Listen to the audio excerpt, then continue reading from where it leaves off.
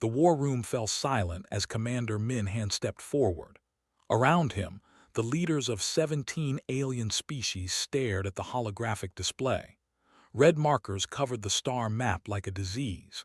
Each red dot represented a lost system. Each one represented billions of dead. Min was human. The other species in the room had been traveling between stars for thousands of years. Humans had only joined the Galactic Coalition 40 years ago. Most of the aliens still called Earth a backwater planet. They said humans were soft. They said humans were weak mammals who cried when someone died. "We have lost 17 battles in a row," General said. His scales rattled when he spoke. He was from a species of reptilian warriors. They had been fighting wars since before humans discovered fire. "We cannot stop the swarm. They consume everything." There were insects, giant insects that worked as one mind. They ate entire planets and moved to the next. The Coalition had been fighting them for 3 years. The Coalition was losing. "I have a plan," Min said quietly. Ara, an officer with wings and sharp eyes, laughed. "You, a human, your species barely has weapons that work in space. What could you possibly know about war?" Min ignored the insult. He had heard worse. He touched the display and it changed. "They are coming to Sigma Draconis system. We know this. They always follow the same pattern. They swarm in, destroy everything, then move on." "Yes, we know this," said impatiently. "That is why we are evacuating. We cannot win against them." "We can win," Min said, "but not by fighting the way you have been fighting." "And how should we fight?" Ara asked. Her voice was full of mockery. "Please, human, teach us war, we who have fought for." Min looked at her directly. "You fight to survive, we fight to win. There is a difference." The room erupted in angry voices. Several aliens stood up. Min remained calm. He had expected this. "Enough," a voice boomed. It was the Coalition Supreme Commander, a being made of crystals who spoke with a voice like breaking ice. "We have nothing to lose. If the human has a plan, we will listen." Min explained his strategy. The aliens listened. Some looked interested, most looked doubtful. When he finished, there was a long silence. "This plan requires sacrifice," said slowly. "Many ships will be destroyed, many will die." "Yes," Min agreed. "We do not throw away lives like that," Ara said. "It is wasteful." "Sometimes waste is necessary," Min replied. "Sometimes you must pay the price." In the end, they agreed. Not because they believed in the plan. They agreed because they had no other choice. They were coming. Running would only delay the end. 3 days later, the Coalition fleet arrived at Sigma Draconis. Captain Wu Park stood on the bridge of her ship, the Indomitable. She was young for a captain, only 32 years old, but she had proven herself in every battle she fought. "They will be here in 2 hours," her tactical officer said. Wu nodded. She looked at her crew. 20 humans, all volunteers, all knew the plan, all knew what it meant. "Today we show them what humans are made of," she said simply. The crew smiled. Some looked nervous, but none looked like they would run. Ara was on Wu's ship. The Coalition had sent her to observe the humans, to report on whether the plan worked. She watched the humans prepare for battle. They moved efficiently. They checked their weapons. They spoke quietly to each other. "You seem calm," Ara said to Wu. "Do you not fear death?" Wu looked at her. "Of course I fear death. Every human does, but fear does not control us." "Then what does?" "Duty, love, hope." Wu smiled slightly. "You would call them weaknesses. We call them reasons to fight." They arrived like a dark cloud. There were thousands of them. Their ships were organic, grown rather than built. They moved like a school of fish, perfectly synchronized. The hive mind controlled them all. The Coalition fleet was ready.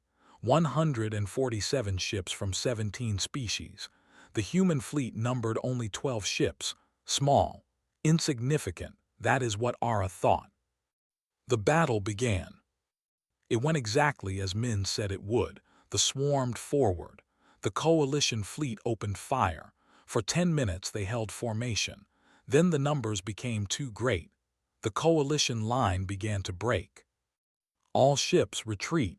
His voice came over the communication channel. "Fall back to secondary position." The alien ships turned. They ran. Their engines burned bright as they fled from the swarm. But the human ships did not run. Captain Wu's tactical officer said, "The retreat order." "Hold position," Wu said calmly. Ara could not believe what she was seeing. "You are supposed to retreat. The plan requires all ships to fall back." "Read the plan again," Wu said. "All coalition ships retreat. We are not retreating." "You will die," Ara shouted. "Probably," Wu agreed. The seeing the human ships alone turned their full attention on them. Thousands of bioships surrounded the 12 human vessels. The humans opened fire. Their weapons were less advanced than other species, but they fired continuously. They never stopped. The Indomitable shook as enemy fire hit the shields. Alarms blared. The lights flickered. "Shields at 40%, someone called out. "Keep firing," Wu ordered. Another human ship exploded, then another. The humans kept fighting. They protected each other. When one ship's shields failed, another moved to cover it. They worked together like parts of a machine. Ara watched a human ship with a broken engine. It could not move. It could not escape. The crew kept firing until the ship was torn apart. They never tried to surrender. They never tried to run. "Why?" Ara whispered. "Why do they not retreat?" "Because we promised we would hold," a human crew member said. He was wounded, blood running down his face, but he remained at his station. "Commander Min needs time. We give him time." Only 5 human ships remained. They pressed closer. They were seconds from victory. Then the trap was sprung. The coalition fleet had not truly retreated. They had repositioned. Hidden behind Sigma Draconis's moon, their weapons charged, they had waited for the to cluster together, focused entirely on destroying the humans. Min gave the order.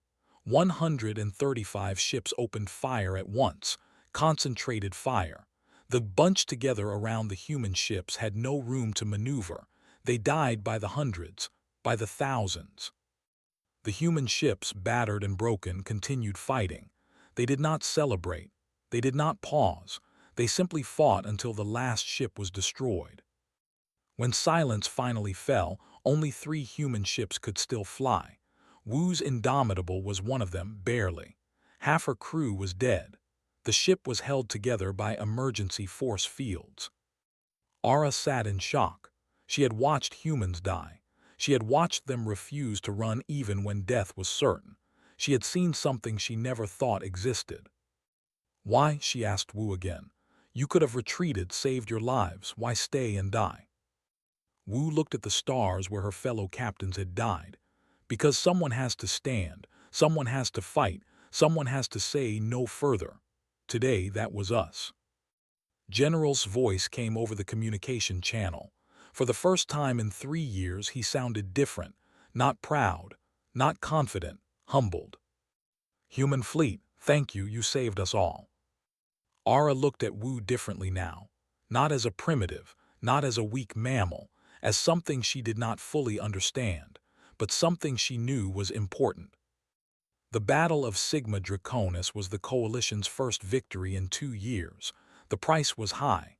9 human ships destroyed, 312 human lives lost, but they had won.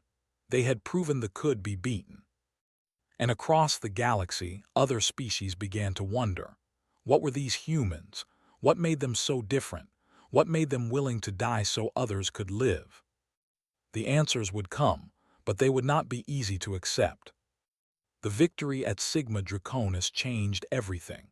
Word spread through the coalition like wildfire.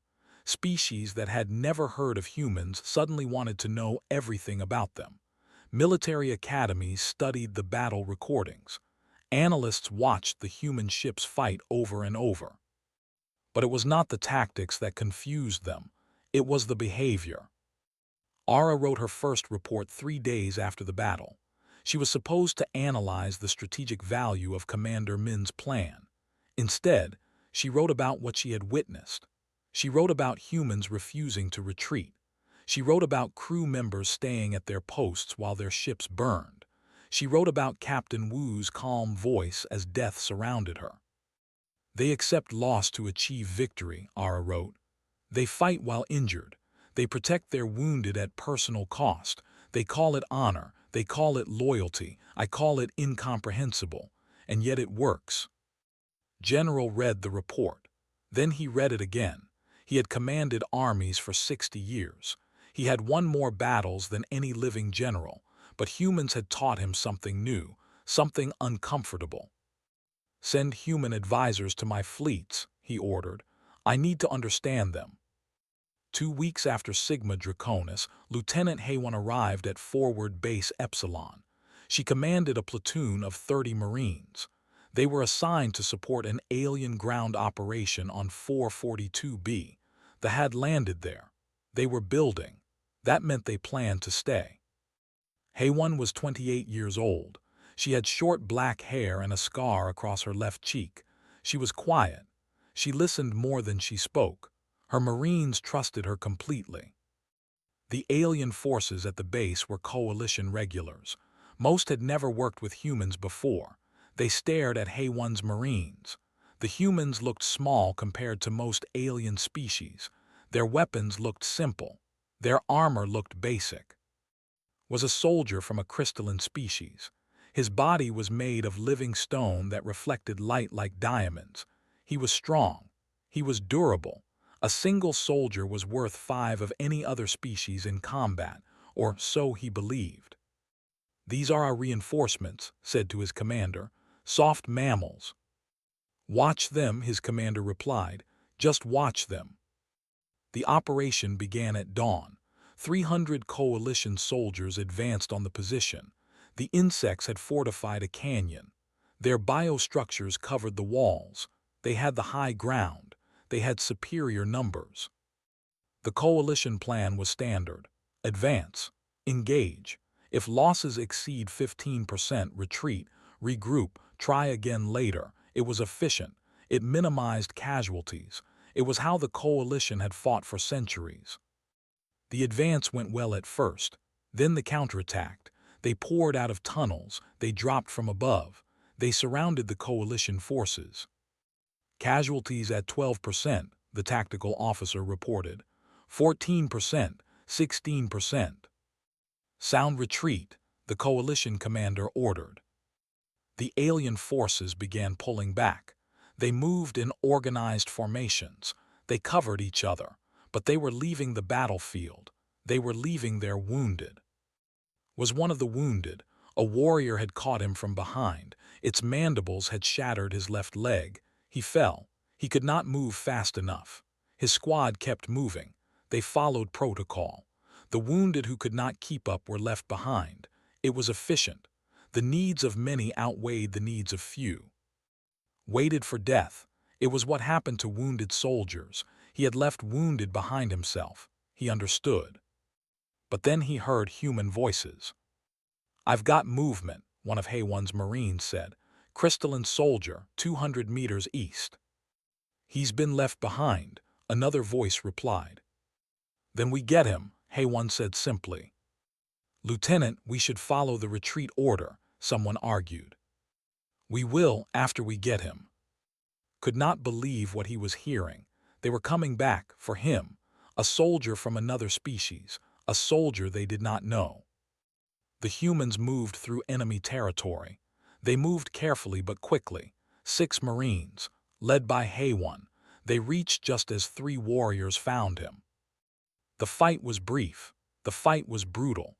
Humans were smaller than, weaker individually, but they fought with a coordination that seemed impossible. They covered each other's weaknesses. They moved like they shared one mind. HFY took a blade through her shoulder. The wound was deep, but she kept fighting. She kept moving. She killed the creature that wounded her. Then she helped 2 Marines carry. Why? Asked as they ran. Why come back? I am not your species. I am not your responsibility. You are a soldier, HFY said. Blood ran down her arm. She did not seem to notice. We do not leave soldiers behind, any soldiers. More appeared. The humans fought. They gave ground slowly, step by step. They refused to abandon. One Marine died protecting him. Another was wounded. They kept moving. When they finally reached coalition lines, HFY collapsed. The medics rushed forward. She had lost a lot of blood, but her first words were not about herself. Did everyone make it? She asked. Did we get them all? Everyone is safe, Lieutenant, a Marine answered. Only then did HFY allow herself to close her eyes. Meanwhile, on board a coalition repair ship, engineer Bora was performing a miracle. Bora was 35 years old. She had been an engineer for 10 years. She was brilliant. She was also stubborn. When someone told her something was impossible, she took it as a challenge. The ship she was working on had been damaged in battle. 3 different systems had failed. The weapons would not fire. The ship could not fight. We need parts from Earth, the ship's captain said. He was from a species of floating beings that communicated through color changes. This will take weeks. No, Bora said. She was already working. We can fix it now. The weapons system is. The power core is. The targeting computer is. These technologies are not compatible. It is impossible to bridge them without proper adapters. Bora smiled. It was not a nice smile. Watch me. She worked for 16 hours straight. She took components from systems never meant to work together. She rewired. She modified. She created connections that violated every engineering principle the coalition knew. It should not have worked. 3 different alien technologies, 3 different design philosophies, 3 different power requirements. But it did work. When Bora was finished, the ship's weapons were functioning. They were functioning better than before. The captain stared at the readings in disbelief. How? He asked. Bora wiped oil from her hands. Human engineers learn to improvise. We often have the wrong tools for the job, so we make do, we adapt, we find a way. This is revolutionary, the captain said slowly. Our engineers would never attempt this. Too risky, too unpredictable. Risk is part of innovation, Bora said.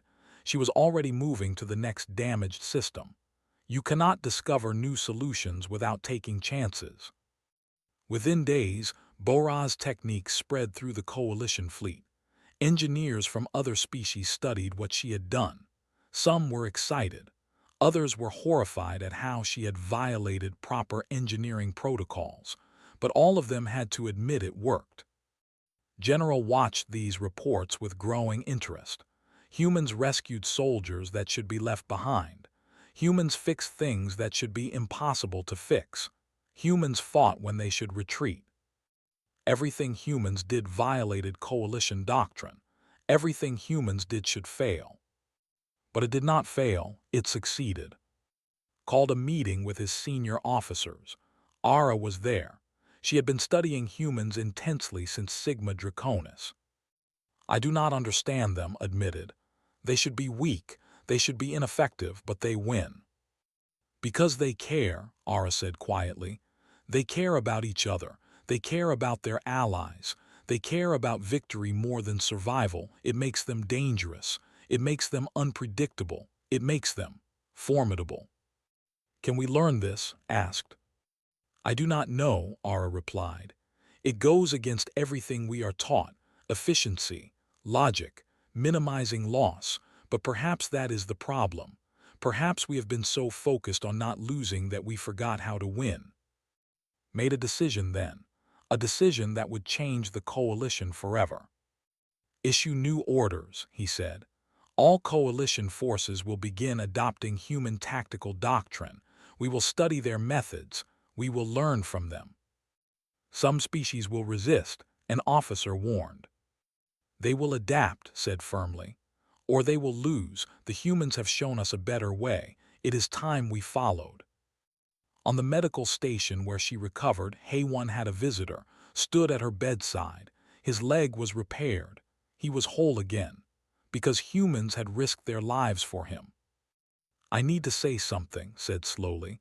"My species values strength above all. We believe the weak should fall so the strong survive. But you are not weak. You are the strongest beings I have ever met. You came back for me. One of your soldiers died for me. Why?" Hay-One looked at him. "Because that is what soldiers do. We fight for each other, all of us. That is what makes us strong." Was silent for a long moment. Then he did something no one had ever seen a crystalline soldier do. He knelt. "I wish to learn from humans," he said. "I wish to fight alongside you. Will you teach me?" Hay-One smiled. "Stand up. We are equals, and yes, we will teach you. We will teach anyone who wants to learn." Across the coalition, the change had begun. Humans were no longer dismissed as primitives. They were becoming something else. They were becoming teachers. They were becoming heroes. They did not know it yet, but the war had turned, and it had turned because humanity had shown the galaxy something it had forgotten: how to fight with heart. 3 months, 3 months of victories, 3 months of pushing the back. The coalition was winning for the first time in years, but the cost was becoming clear. The casualty reports appeared on every commander's screen. The numbers told a story, a terrible story. Human casualties were 3 times higher than any other species. For every 10 humans who went into battle, 3 did not come back. Some species lost 1 in 50. Others lost 1 in 100. But humans kept dying. The coalition leadership gathered to discuss this. Some spoke of the human contribution with genuine gratitude. Others saw an opportunity. "The humans are effective," one delegate said. "Perhaps we should use them more. Let them take the dangerous assignments. Their casualties are acceptable." "Acceptable to whom?" Ara demanded. Her feathers were ruffled with anger. "Every human death represents a being who chose to fight for all of us. You speak of them like ammunition." "I speak of them as resources," the delegate replied coldly. "War requires sacrifice."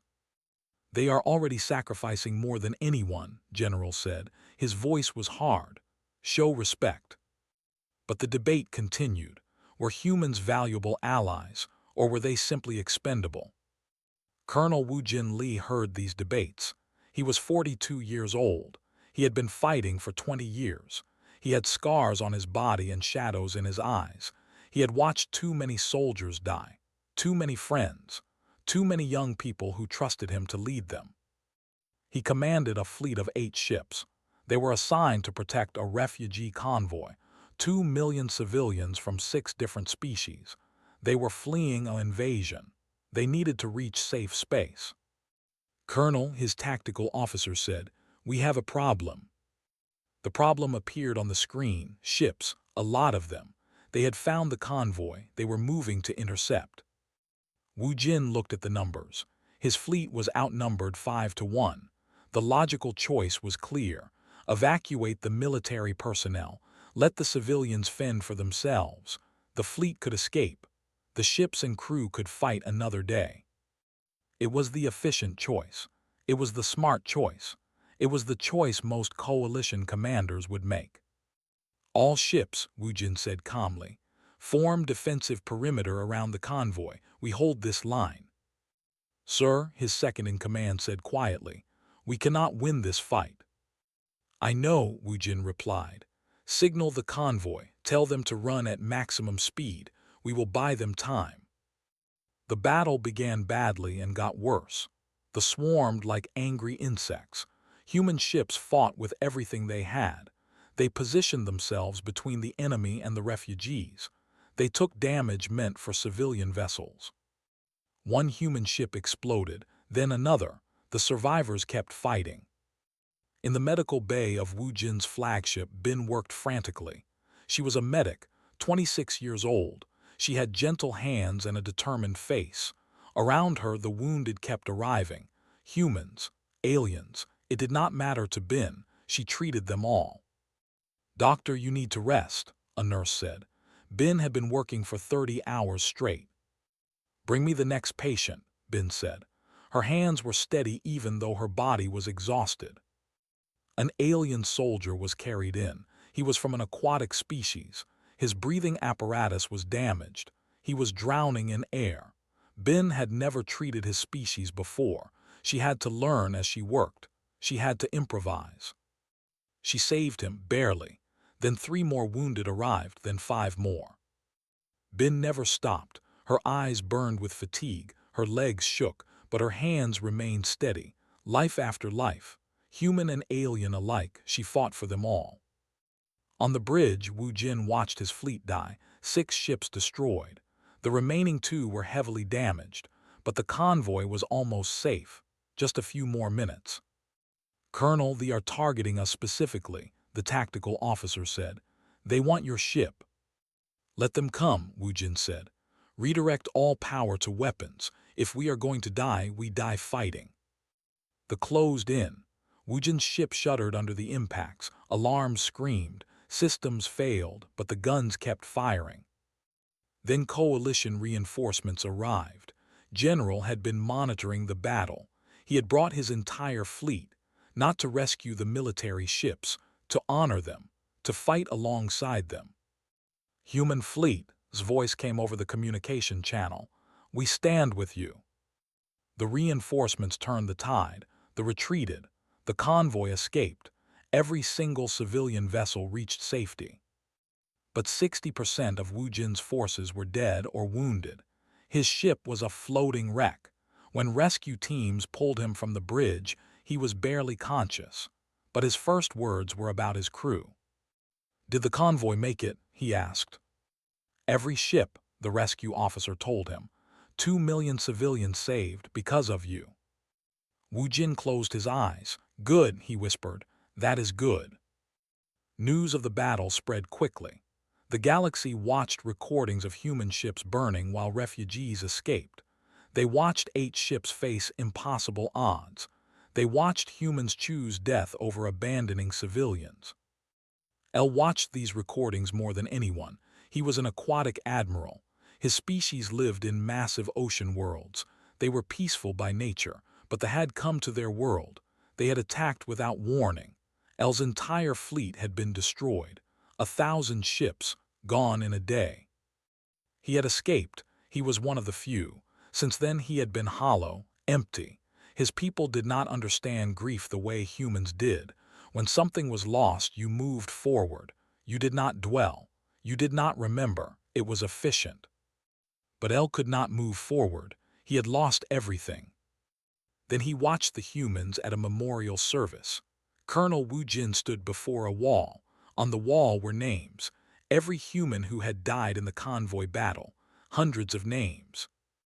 Wu Jin touched each name. He spoke words. He remembered them, each one. Their accomplishments, their dreams, their personalities. "We do not forget," Wu Jin said to the assembled crowd. "We carry them with us. They live in our memory, in our hearts. They are not truly gone while we remember them." The humans spoke about their dead for hours. They told stories. They laughed at memories. They cried. They held each other. El watched this ceremony. He did not understand it at first. Why spend time on the dead? They were gone. Remembering them changed nothing. But then he realized something. The humans were not just remembering. They were honoring. They were saying that each life mattered. Each loss was important. The dead were not forgotten numbers. They were individuals. They were loved. El thought about his lost fleet. He had been told to move on, to be efficient, to not waste time on grief. But watching the humans, he understood something his species had lost long ago.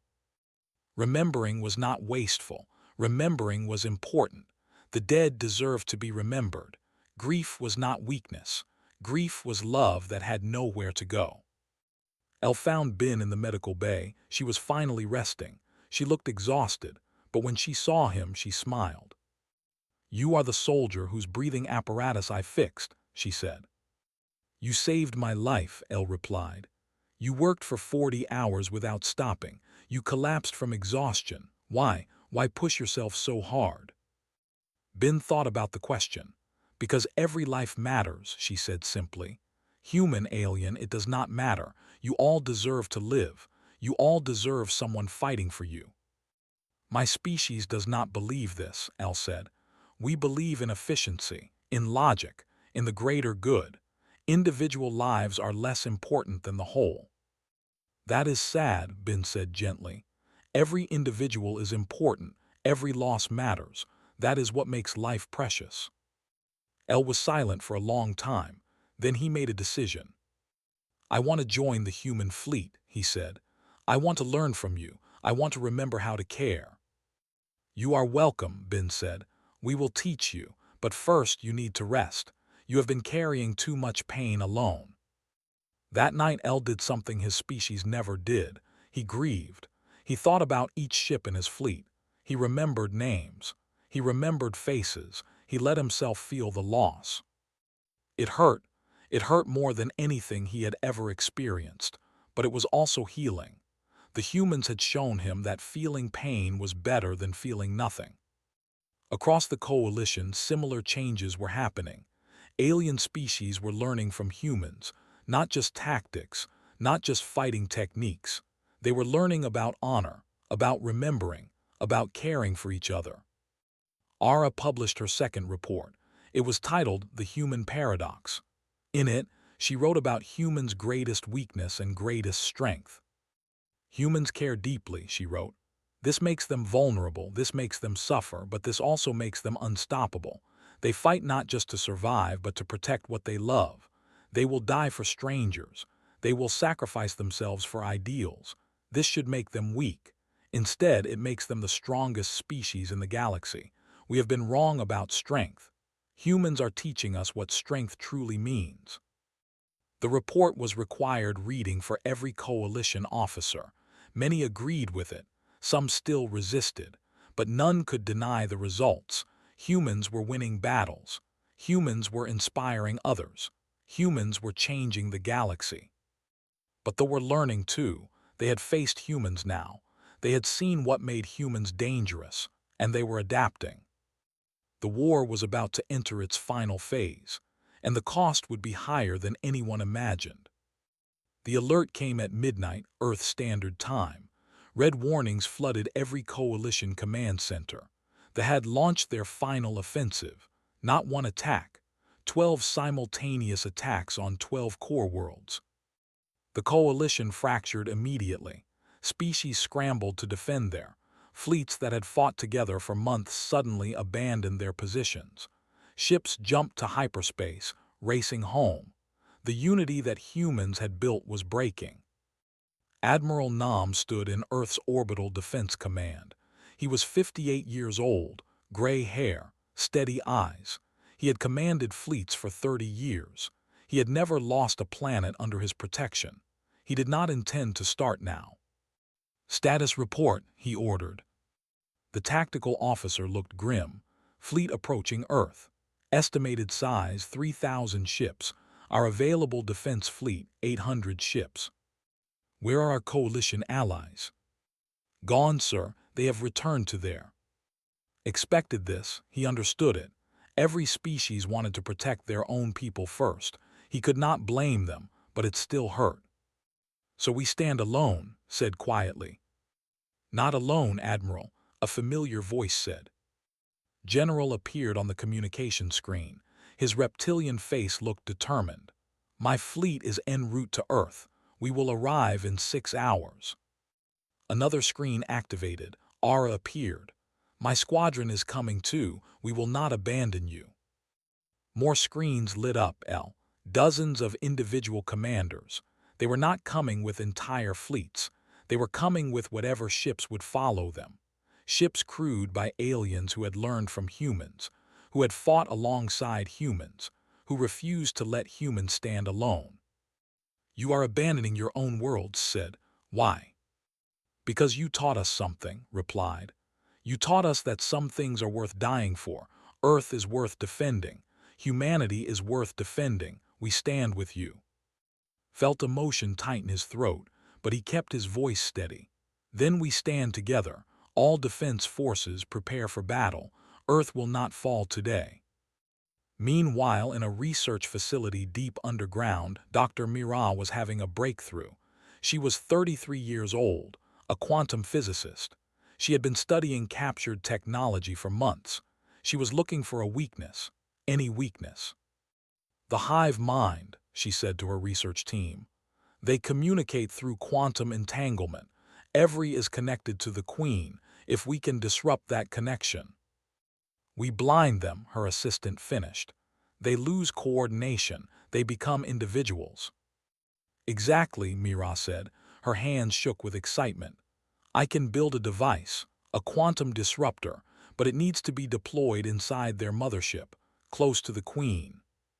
How close? Within 100 meters. The assistant paled. That is a suicide mission. I know, Mira said quietly, but it could end the war. She brought her findings to Admiral. He listened carefully.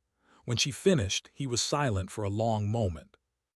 You are sure this will work? He asked. 70% certain, Mira replied. Maybe 80. And whoever delivers this device will not survive. No, they will not. Looked out at the stars. Earth hung below them, blue and beautiful. Billions of lives depended on his decisions. Billions of lives he had sworn to protect. How long to build the device? He asked. 4 hours, Mira said. Build it, ordered. I will find volunteers. He did not need to find them. When the word spread, volunteers came forward immediately. 200 beings, humans and aliens, warriors and engineers, pilots and scientists, all willing to die for a chance to save Earth. Among them was Song. She was not a soldier. She was a civilian shuttle pilot, 31 years old. She transported supplies between stations.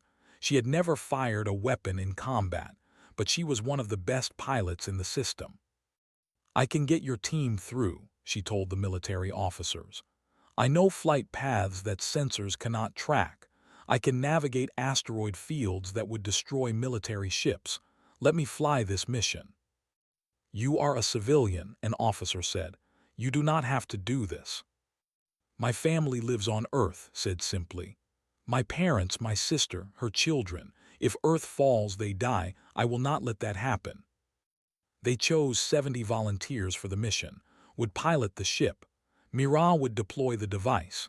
The rest would fight to give them time. They arrived in Earth's orbit like a dark cloud blotting out the sun.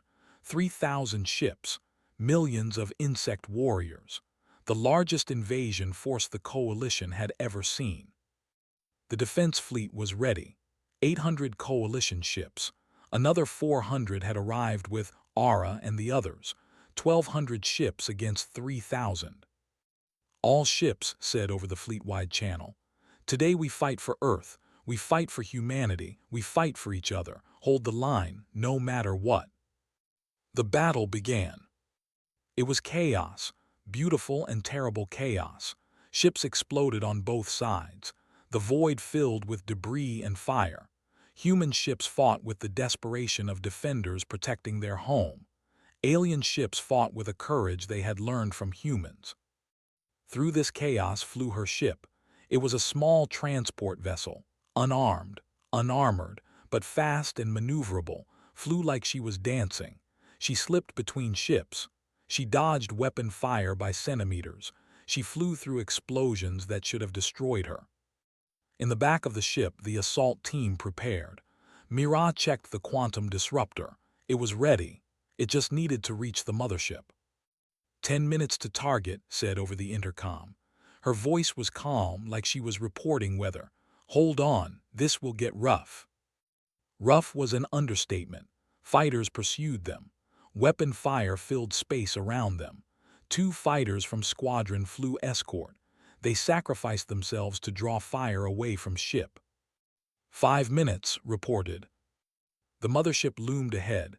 It was enormous, organic, alive. Its surface pulsed with bioluminescence. It was the heart of the fleet, the home of the Queen. We are taking fire, someone shouted. The ship shuddered. Alarms blared. Stay on course, said. Her hands moved across the controls. She was flying on instinct now. past thought, past fear. They reached the mothership. The assault team launched. They breached the hull. They fought through corridors made of chitin and flesh. Warriors swarmed them. The team fought with everything they had. Mira ran forward. She clutched the disruptor like a precious child. Around her, soldiers died protecting her. Each one bought her a few more seconds, a few more meters. She reached the chamber. The queen was there. Massive, ancient, the mother of billions, the mind that controlled the swarm. Mira activated the device. It hummed with power. Quantum fields expanded outward. The queen screamed. Not a sound. A psychic scream that echoed across light years. Every ship in orbit suddenly went silent. They drifted, lost, blind. Without the hive mind, they were nothing but confused insects. The coalition fleet did not waste the opportunity.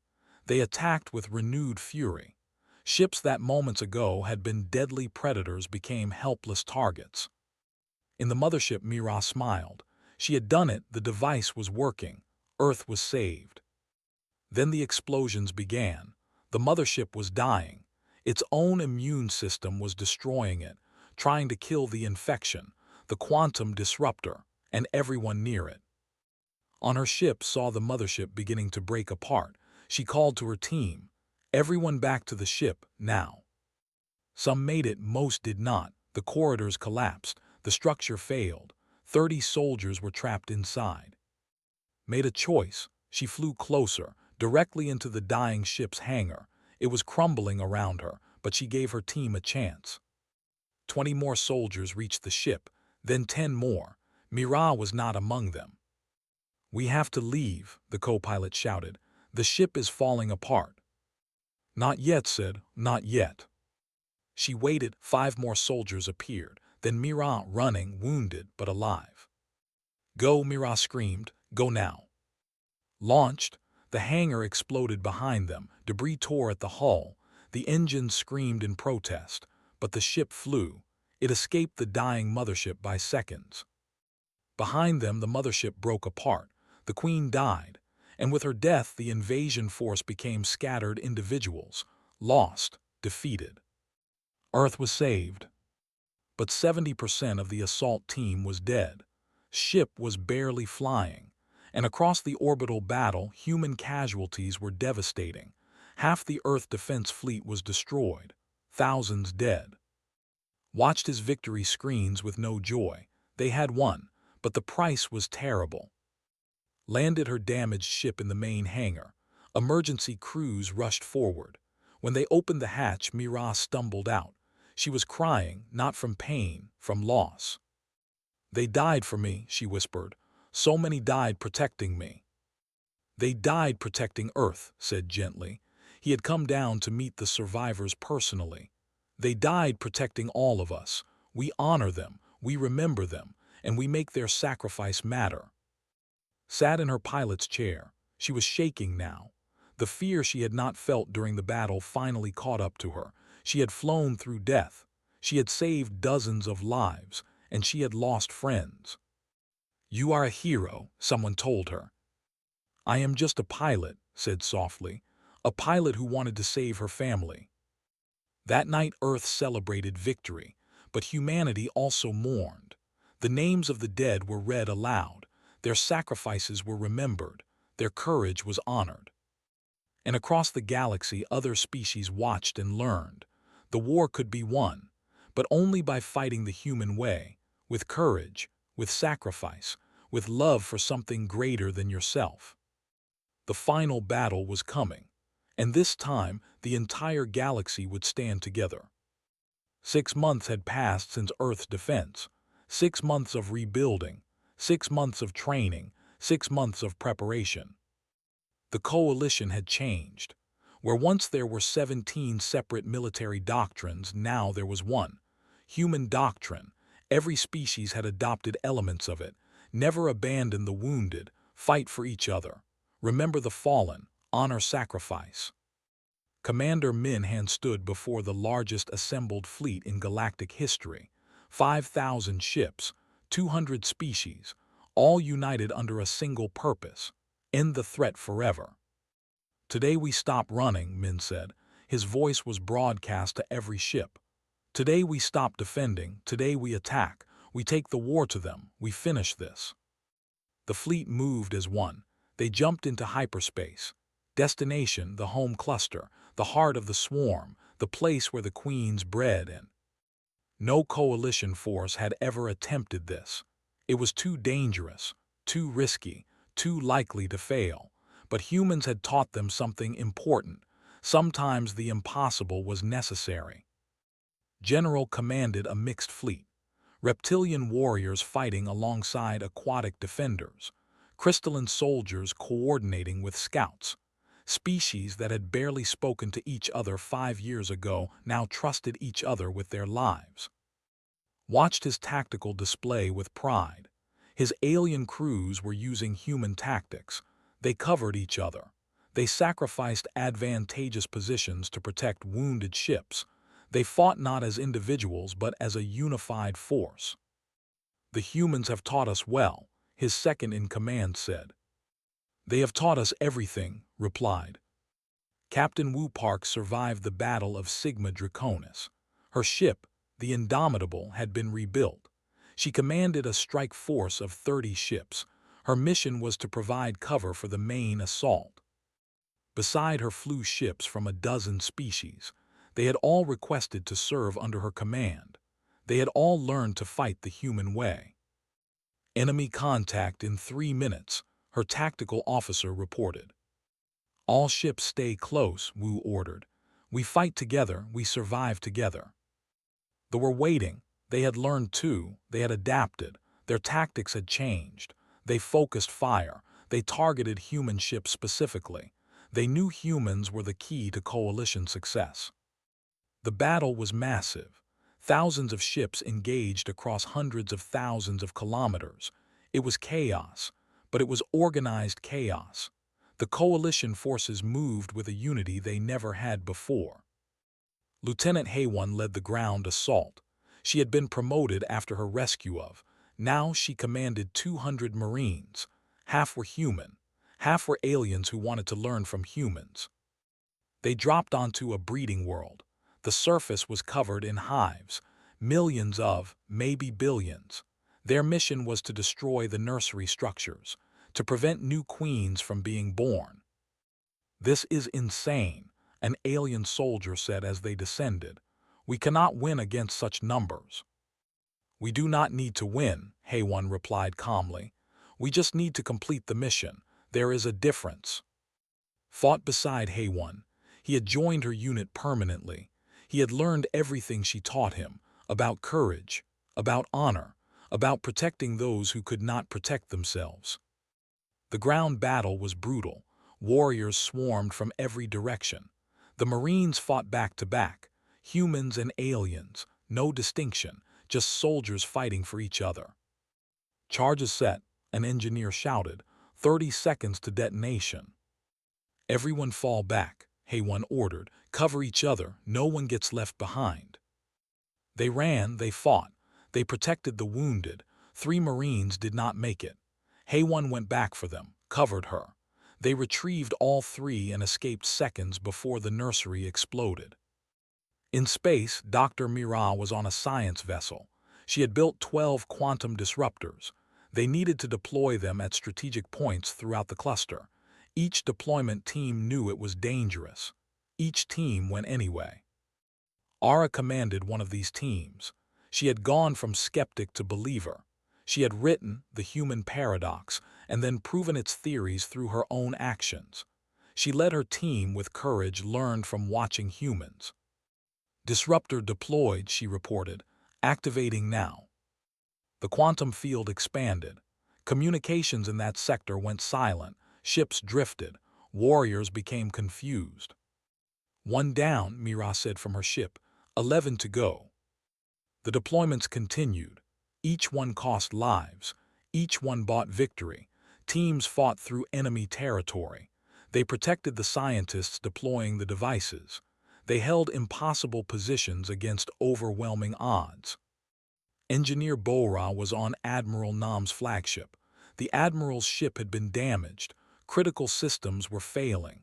Bora worked her magic again. She combined technologies that should not work together. She improvised. She innovated. "This will either work perfectly or explode," she said cheerfully as she connected the final wire. It worked perfectly. The ship's weapons came back online, just in time to destroy 3 cruisers targeting a wounded Coalition carrier. "How do you do this?" an alien engineer asked Bora. "Humans learn to work with what we have," Bora replied. "We adapt, we find solutions, we never give up." The battle raged for 6 hours, the longest 6 hours in galactic history. Ships exploded, soldiers died, but the Coalition held. They pushed forward, they refused to retreat. Finally, all 12 disruptors were deployed. Mira activated them simultaneously. The quantum fields overlapped. They created a barrier that disrupted communications across the entire cluster. The effect was immediate. 3,000 ships suddenly lost coordination. They became individual vessels with no unified command. The hive mind was broken. "All forces press the attack," Min ordered. The Coalition surged forward. They fought with a fury born of years of loss, years of sacrifice, years of watching the destroy world after world. Captain Wu found herself facing a dreadnought. It was massive, powerful, but it was alone, confused. She did not hesitate. "All weapons fire," she commanded. Her ship and the vessels around her concentrated fire on the dreadnought. It had been damaged in earlier fighting. Wu's attack was the final blow, but the dreadnought exploded with more force than expected. The explosion caught Wu's ship. "Hull breach," someone shouted. "Reactor core destabilizing." Wu knew what that meant. Her ship was dying. She could evacuate the crew, or she could use the dying ship as a weapon, steer it into the Queen cluster, destroy the source of new queens. It was not a hard choice. She had watched too many humans sacrifice themselves for victory. She would do the same. "All crew abandon ship," she ordered. "Get to the escape pods, that is an order." "Captain, you need to evacuate too," her second-in-command said. "Someone needs to pilot the ship," Wu said calmly. "Go, that is my final order." The crew evacuated. Wu aimed her dying ship at the Queen cluster. She thought about Sigma Draconis. She thought about all the battles she had fought, all the soldiers she had lost, all the friends who had died. "For Earth," she whispered, "for the Coalition, for everyone who gave everything." The Indomitable struck the Queen cluster at full speed. The resulting explosion destroyed 23 queen hives. It ended this ability to reproduce. Without queens, the swarm would die. The war was over. The Coalition forces regrouped. They counted their losses: 40% casualties, thousands of ships destroyed, tens of thousands dead, and among them Captain Wu Park, hero of Sigma Draconis, teacher of courage. The galaxy mourned. Not just humans, all species. They had learned from humans what it meant to honor the fallen, what it meant to remember sacrifice. 3 months later, the last forces surrendered. Without queens, without hive minds, they became small communities of individuals. Some were absorbed into the Coalition. Others chose isolated lives. The war was over. The victory celebration was held on Earth.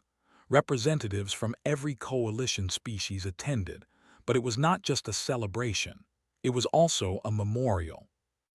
The Coalition established the Hall of Remembrance, a massive structure visible from orbit. Inside, the names of every fallen soldier were inscribed. Human and alien, every species, every sacrifice, all remembered, all honored. Ara gave the dedication speech. She was no longer a skeptic. She had become humanity's greatest advocate. 5 years ago, we met a species we did not understand, she said. We called them weak. We called them primitive. We were wrong. They taught us what true strength means. Not the strength to destroy, the strength to protect, the strength to sacrifice, the strength to love. She paused. Her feathers shimmered with emotion. We stand here today because humans taught us to stand together. They showed us that caring for each other is not weakness. It is power, the power to achieve the impossible. After the ceremony, young aliens walked through the hall. They read the names. They learned the stories. A young crystalline cadet stopped before Wu's memorial. She gave her life to end the war, the cadet said. Yes, an older officer replied. It was. He had stayed in human service. He had become a teacher. She stood when others might have run. That is the human way. I want to learn that way, the cadet said. Then you will learn, replied. Humans are generous teachers, they will show you. Across the galaxy, human culture spread, not through force, through admiration. Young aliens learned Earth languages, they studied human history, they read human literature, they learned human philosophy. Military academies made the human paradox required reading. Every officer studied human tactics. Every soldier learned human values. The phrase, stand like a human, became the highest compliment in every language. Former skeptics became humanity's defenders. He retired from military service and became an ambassador. He traveled between worlds, speaking about what humans had taught him. Before humans, I fought to win, he told audiences. But winning and surviving are not the same thing. Humans taught me to fight for something greater than survival. They taught me to fight for ideals, for others, for a better future. That is what makes them special. On Earth, Minhan walked through the Hall of Remembrance. He touched Wu's name. He had known her, had trusted her, had sent her into battles knowing she might not return. We did it, he whispered. We saved everyone. Your sacrifice mattered. Around him, humans and aliens walked together, learning from each other, protecting each other, building a future together. The war had cost everything, but it had also given everything. It had united the galaxy. It had taught species that had forgotten how to care. It had shown that sacrifice for others was not weakness but the highest form of strength. A young alien child asked her parent a question. Why do they call it standing like a human? The parent thought for a moment, then answered with words learned from Aura. Because humans would rather die standing together than live kneeling alone, because they love fiercely, because they fight for each other no matter the cost. That is why we revere them. That is why we learn from them. That is why the galaxy will never forget what humanity taught us. The child looked up at the memorial wall. Thousands of names, thousands of stories, thousands of heroes. I want to be like them, the child said. Then you will, the parent replied. We all try to be like them now. That is humanity's greatest gift. They showed us how. And across the stars, in every system, on every world, the lesson remained. Humanity had not conquered the galaxy through strength. They had won hearts through sacrifice. They had earned respect through courage. They had gained reverence through love.